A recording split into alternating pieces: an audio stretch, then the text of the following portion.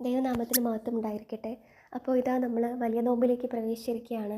ഈ സമയത്ത് നമ്മളെല്ലാവരും പ്രധാനമായിട്ടും നമ്മുടെ ഭക്ഷണ കാര്യങ്ങളൊക്കെ ശ്രദ്ധിക്കും അല്ലേ? എന്നാൽ അതേ സമയത്ത് നമ്മൾ മിക്കപ്പോഴും വിട്ടുപോകുന്ന കാര്യങ്ങളുണ്ട്. ആ കാര്യങ്ങളൊന്ന് ഓർമ്മിപ്പിക്കാൻ വേണ്ടിയിട്ടാണ് ഈ ഒരു വീഡിയോ ഞാൻ ചെയ്യുന്നത്. ഈ ഒരു നാളുകളിൽ നമ്മൾ ഒത്തിരി കർത്താവിനോട് ചേർന്നിരിക്കാനായിട്ട് ശ്രമിക്കുക. ഏറ്റവും പ്രധാനമായിട്ടും നമ്മൾ ഒരുപാട് കാരുണ്യ പ്രവർത്തികൾ ചെയ്യാനായിട്ടും ഒരുപാട് പേരെ നമ്മൾ സഹായിക്കാനായിട്ടും രോഗികളെ സന്ദർശിക്കാനായിട്ടും നമ്മളെക്കൊണ്ട് കഴിയുന്ന രീതിയിൽ മറ്റുള്ളവർക്ക് ആവശ്യമായ കാര്യങ്ങൾ ചെയ്തു കൊടുക്കുക, സഹായിക്കുക, അവരുടെ സങ്കടങ്ങളിൽ പങ്കുചേരുക, അവർക്ക് വേണ്ടി പ്രാർത്ഥിക്കുക.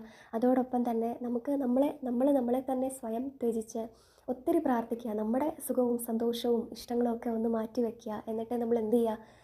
കുറച്ച് നേരം കൂടുതലായിട്ട് ഇപ്പം അരമണിക്കൂർ ബൈബിൾ വായിക്കുന്ന ഒരു വ്യക്തി ഈ നോമ്പെടുക്കുന്ന കാലത്തിൽ കുറച്ചധികം സമയം ബൈബിൾ വായിക്കാനും മറ്റുള്ളവരോട് കർത്താവിനെ പറ്റി പറയാനും ഒത്തിരി ജപമാല ചൊല്ലാനും മറ്റുള്ളവരുടെ കാര്യങ്ങൾ കേട്ട് അവർക്ക് വേണ്ടി പ്രാർത്ഥിക്കാനും നമ്മളെ ഏറ്റവും പ്രധാനമായിട്ടും നമ്മുടെ മനസ്സിൻ്റെ വിശുദ്ധിക്ക് വേണ്ടിയിട്ട് നമ്മൾ നന്നായിട്ട് നമ്മളെ വിഷമിപ്പിച്ചവരും നമ്മളെ സങ്കടപ്പെടുത്തിയവരും നമ്മളെ ഒത്തിരി വേദനിപ്പിച്ചവരും ഒക്കെ കാണും. അപ്പോൾ അവർക്കൊക്കെ വേണ്ടിയിട്ട് അവർക്ക് മാപ്പ് കൊടുക്കുക, അവർക്ക് വേണ്ടി നമ്മൾ പ്രാർത്ഥിക്കുക. നമ്മുടെ മനസ്സിൽ അവരുമായിട്ടൊരു പകയും വിദ്വേഷവും ഒന്നുമില്ലാതെ നമ്മളെ തന്നെ സ്വയം കർത്താവിന് വേണ്ടി സമർപ്പിച്ച് പ്രാർത്ഥിക്കേണ്ട ഒരു സമയമാണ് ഈ ഒരു നോമ്പിൻ്റെ സമയം എന്ന് പറയുന്നത്.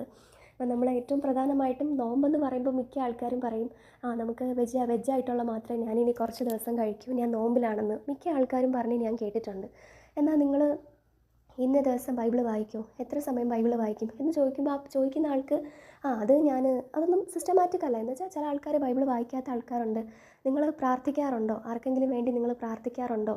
നിങ്ങൾ ആരെങ്കിലും സഹായിക്കാറുണ്ടോ?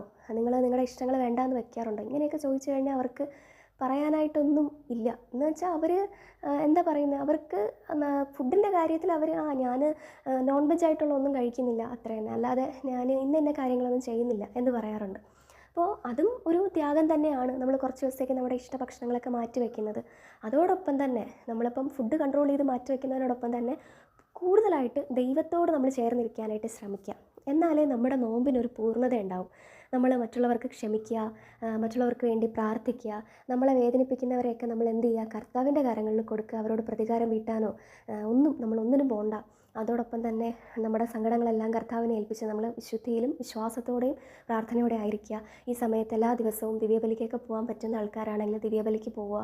എപ്പോഴും പ്രാർത്ഥനയോടെ ആയിരിക്കുക. നമ്മളെ തന്നെ മറ്റ് ഗോസിപ്പ് കാര്യങ്ങൾ, ഇങ്ങനെയുള്ള കാര്യങ്ങൾ കേൾക്കാനോ മറ്റുള്ളവരുമായിട്ട് കുറ്റം പറയാനോ മറ്റുള്ളവരുടെ കുറ്റം കണ്ടുപിടിക്കാനോ ഇങ്ങനത്തെ ഒരു കാര്യങ്ങൾക്കും പോകാതെ നമ്മളെ തന്നെ മറ്റ് ജഡീകമായിട്ടുള്ള പാപങ്ങളൊന്നും ചെയ്യാതെ നമ്മളെ തന്നെ വിശുദ്ധിയിൽ സൂക്ഷിക്കാനും പ്രാർത്ഥനയോടെ ആയിരിക്കാനുമായിട്ട് എല്ലാവരും ശ്രമിക്കുക. ഞാനും നിങ്ങൾക്കെല്ലാവർക്കും വേണ്ടി പ്രാർത്ഥിക്കുന്നുണ്ട്. ഈ സമയത്ത് പരീക്ഷ എഴുതുന്ന ഒത്തിരി മക്കൾ നമ്മുടെ ചുറ്റുമുണ്ട്. അപ്പോൾ അവർക്കൊക്കെ വേണ്ടി നമുക്ക് പ്രാർത്ഥിക്കാം. ഈ നോമ്പ് കാലത്തിൽ പ്രത്യേകം മക്കൾക്ക് വേണ്ടിയിട്ട് പ്രാർത്ഥിക്കുന്ന ആൾക്കാർ കാണും. അതോടൊപ്പം തന്നെ അവർ സ്വയം കുഞ്ഞുങ്ങൾ നോമ്പെടുത്ത് പ്രാർത്ഥിക്കുന്നവർ കാണും. എല്ലാവരെയും കർത്താവ് അനുഗ്രഹിക്കട്ടെ.